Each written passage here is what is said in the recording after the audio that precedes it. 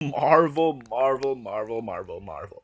You did something crazy, and it's amazing. It's the thing of beauty. But I'm not affected with it one bit because Avengers: Infinity War released 1 week earlier. Yeah, it really Avengers. All right, Infinity War releases a week early, and so instead of being on May 5th, it's now on April 27th. That means people in America will get to see it 1 week early. I'm not affected since I'm from the Philippines, and I'm usually we get Marvel movies always first. We still get it like 2 days earlier on April 25. Australia gets it April 25. I think the UK gets it April 25. So it's not a biggie, but it's a big deal for many people. And I know why Marvel's doing this for like so many reasons. First of all, Black Panther is like doing so well in the box office that it's still a hot property, and I mean Marvel doesn't need really they don't really need momentum since their movies have been well liked by the general movie going audience, and the trust is there because sorry for the DC comparison, but the DC films I like them all. Yes, I even like the Academy Award winning film Suicide Squad. That happened a year ago. Remember the Academy Award winning film Suicide Squad. Um the movies have not been the most well liked. For example, Man of Steel, it was mixed, basically 50-50.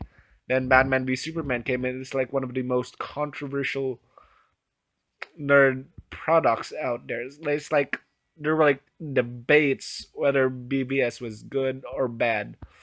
It consisted of a lot of Marta jokes because both of their parents are the same name and they basically stopped because of Marta. And some the BBS defenders are basically saying, "Oh, you didn't get it," and like BBS haters just are saying Marta like poorly written. I was basically on the middle. I'm kind of more in the anti side when I first watched it because I didn't really enjoy BBS that much because I thought the editing was clunky, storytelling was a bit weak. But overall, I'm warming up to BVS a lot more.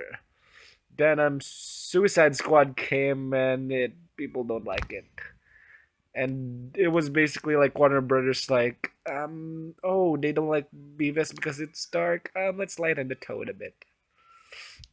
And Wonder Woman came and like people raved about Wonder Woman, even having Oscar consideration, and like Wonder Woman's like it was like it's like the saving grace of DCEU or whatever it's called.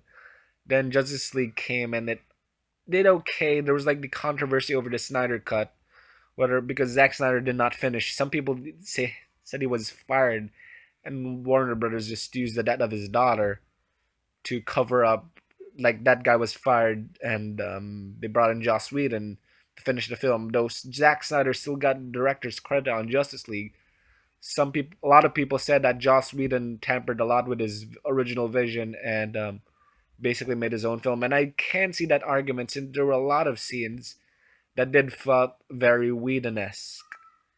When Flash falls into Wonder Woman, that's pretty much Whedon. There were quite a few jokes. I didn't mind the jokes because I felt the characters changed a bit because they're now a little bit happier right now. People criticize the soundtrack of Danny Elfman, even though I actually like Danny Elfman's soundtrack. And yeah. Anyways, we were talking about Infinity War, but Marvel's yeah. Some people don't like how Marvel does their films, but personally, I really enjoy the films, and most people really enjoy them. So and yes, so first reason is I'm 4 minutes into this video and I haven't gone to 3 reasons. First of all, the trust is big from Black Panther, so they're going for the momentum of that. And Infinity War doesn't need to be advertised really because it's like the most anticipated movie of the year, and like yeah, they can still put a trailer out, but why would they put a trailer out? They would be spending millions of dollars on a trailer for a movie that pretty much everyone is convinced they would be seeing on cinemas. Like people are already gonna watch this movie. Why would you need to convince a few more people that, hey, Avengers: Infinity War is gonna come? Yeah, like it's people know it's coming out, and most are gonna be convinced that they're like rarely any people who there are like only a few people who are not sure if they're gonna see it. And speaking of not sure if they're gonna see it, Han Solo comes out in May 25 on the U.S. and Deadpool 2 is a week earlier, and they're gonna try to avoid competition. And even though I'm 100% sure Avengers: Infinity War is gonna beat both Deadpool 2. Actually, it's not actually Deadpool 2. It's so far the untitled Deadpool sequel and Han Solo, or Solo Star Wars story. Um, they will be kind of direct competition, and they will take quite a bit of money on Avengers. I think Deadpool comes out the third week of the Avengers, so like 2 weeks of free time, and then the third week, oh, Deadpool 2 is there. So they don't want to risk the extra money, so they kind of want like at least we have like one extra week of earning money, and that's really a good, and it separates the films more, so there's like less competition. I think and it leaves less of a gap from A Wrinkle in Time and an Avengers. So that's really good. And that means Solo has a better chance because some people think Solo's gonna bomb. I think it's not gonna be the biggest hit. I think it will probably earn less than $1 billion worldwide. But this is better for Solo since there's like one since Avengers will make more money and Deadpool will have less competition. So yeah, that's really neat for both films. And lastly, spoilers. Yeah, they have been doing this for a while for like Avengers Age of Ultron. Those are two big films that were released. None of their films are super big like Guardians of the Galaxy Volume 2.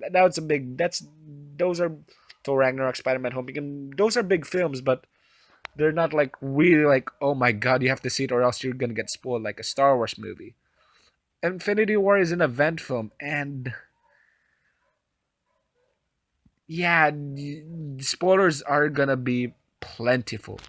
So, and like a week before spoilers, it's released like a week for like international audiences, and America's like there, and especially with social media right now, so big, spoilers are aplenty, and